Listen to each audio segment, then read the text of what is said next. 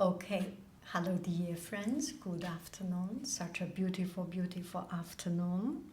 A Dream of Red Mansions, page 147. Since Jia Zhen was in mourning and so could not leave his house, he found another way to relieve his boredom. Pretending to practice archery, he invited his friends and younger relatives to his home for archery competitions, which in the evening soon descended into gambling and drinking games. After a few months, the pretext disappeared, and everyone found out what was going on at Jia Zhen's house. When the Mid-Autumn Festival came around, Jia Zhen set up some tables in the hall of green bushes in the garden of sweet perfume, and ate and drank with his wife and concubines while staring up at the full moon. It was well past midnight when they opened another bottle of wine and heard a sigh coming from near the garden wall.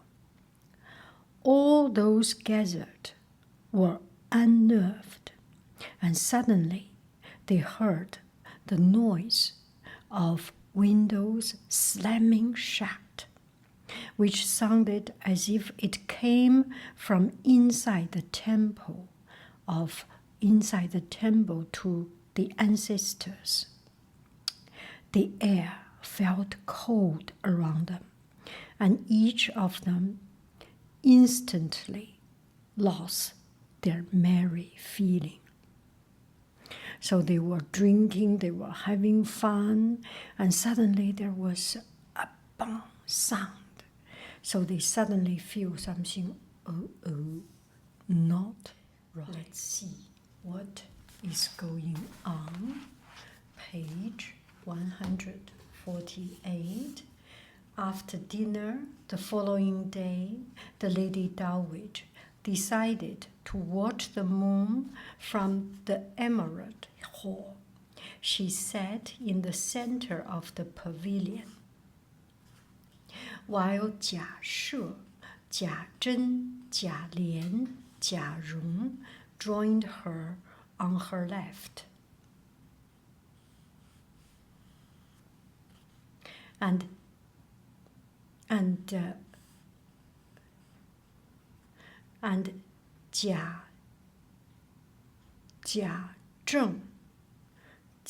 Zheng, Bao Yu, and Jia Huan, Jia Lan sat on her right.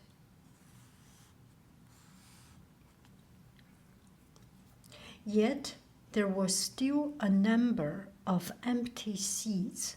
The Lady Dowager remarked that when she was young, there would have been a lively party of men and women watching the moon together during the Mid-Autumn Festival. Some servants therefore called for Ying Chun, Tan Chun, and Xi Chun, who joined the group, so that they would drink and play until late into the night.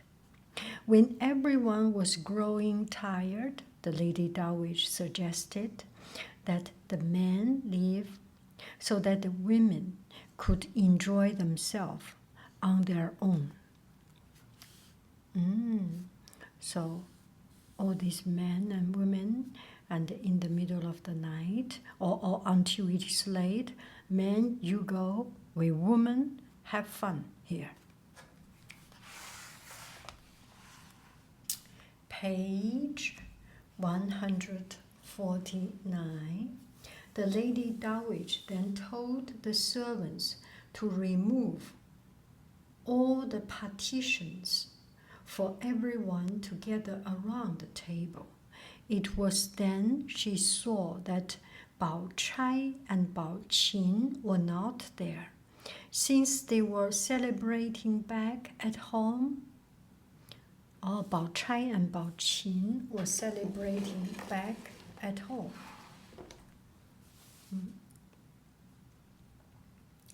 But Li Wan and Xi Feng were still ill. Both Li Wan and Xi Feng were still ill, and their servants were attending them. The Lady Dowager sighed and told the young women that it showed that nothing was ever perfect.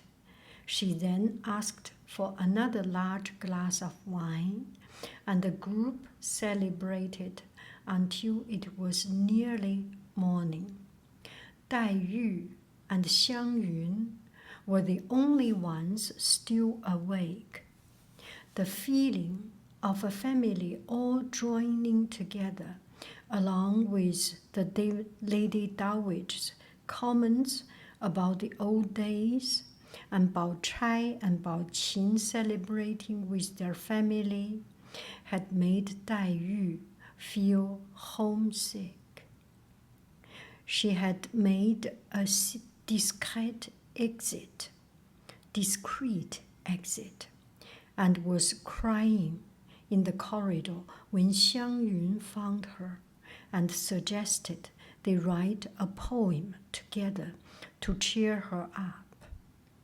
They made their way to the Crystal Lodge beside the lake and then began to write, each one working on alternate lines. As soon as Dai Yu had finished reciting the last line, the poem's soul is bathed in cold moonlight. Someone appeared from behind the rocks and laughed. A fine poem, a fine poem, she cried, but it was too melancholic. It turned out to be Miao Yu. So they were making poem, and so Dai Yu always writing poem, everything so cold, so melancholic, so nostalgic. And Miao Yu heard and said it was a wonderful, good poem, but just too sad.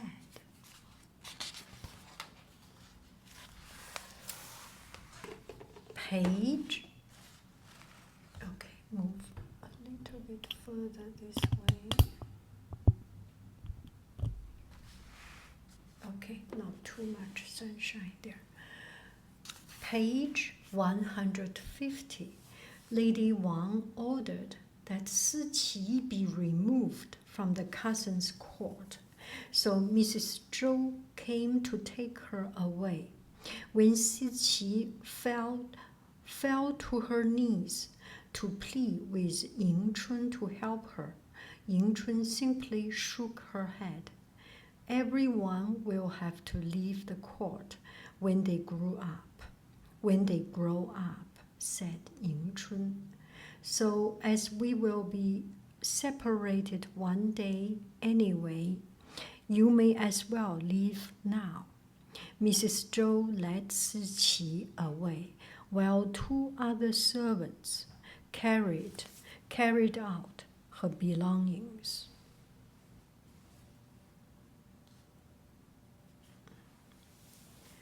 As they were leaving, Bao Yu was on his way back to his homes. He was so incensed at the sight of Si Qi being led away that he blocked the door. Yet the women continued to pull Si Qi away before she could even speak to Bao Yu, who was left staring after them in disbelief. Once they had disappeared into the distance, he shook his fist and shouted, Once you women marry, you become even more obnoxious than men. Oh, women get married becomes more obnoxious than men. Oh, that is page 151. Back in the happy red court, Bao Yu saw a large gathering of people. Lady Wang stood with an angry look on her face, pretending that Bao Yu was not there.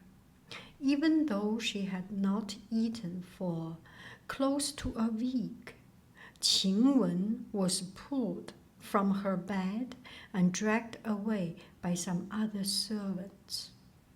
Lady Wang then stated that Si Er and Feng Guan were also banished from the cousin's court, and that all the young actresses should pack their bags and leave with them. Oh, Feng Guan and Si Er will be out, and all the actresses should be out.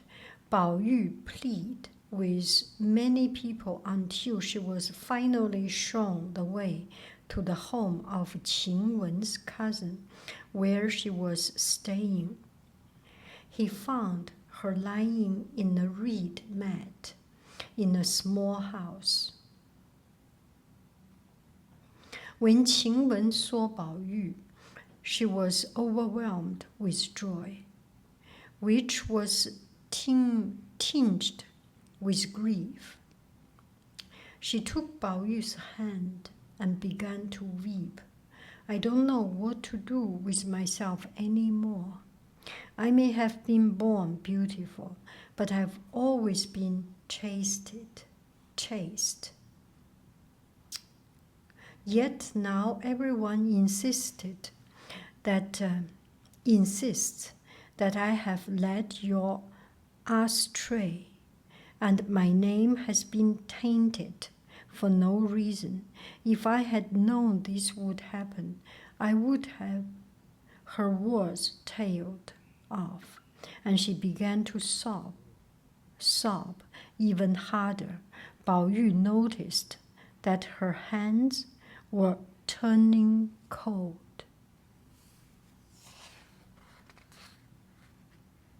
Qing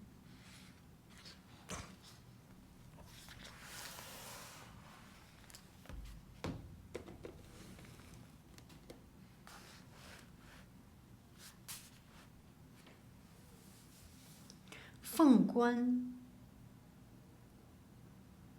Fang Guan, O Guan, and Rui Guan had decided that they would shave their heads and become nuns, and no one could change their minds, since the mid-autumn sacrifice had recently been offered. There were many nuns still around. Abbess Zhitong from the Moon Water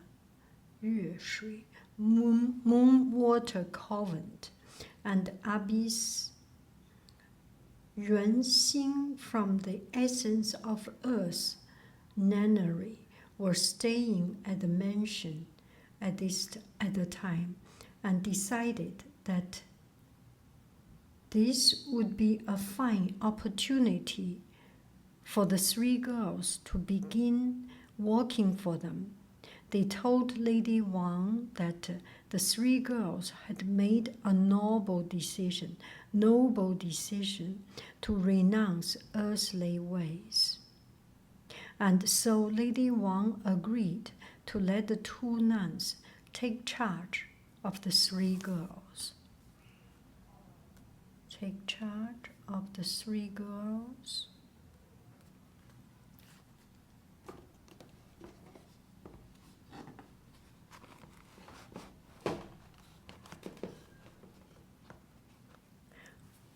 Bao Yu summoned two young servants to follow him behind a large rock in the garden, where he interrogated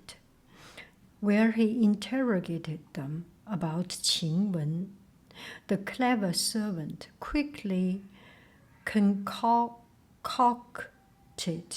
a story that Qing Wen had said before she died that she had dreamed that the Jade Emperor had made her a flower goddess in heaven, and so it was only her body that would die. Bao Yu was confused and asked if she would be in charge of every type of flower or just one particular type. Seeing some hibiscus growing beside the pond nearby, the servant quickly pointed and told him that Qing Wen was now the goddess of hibiscus.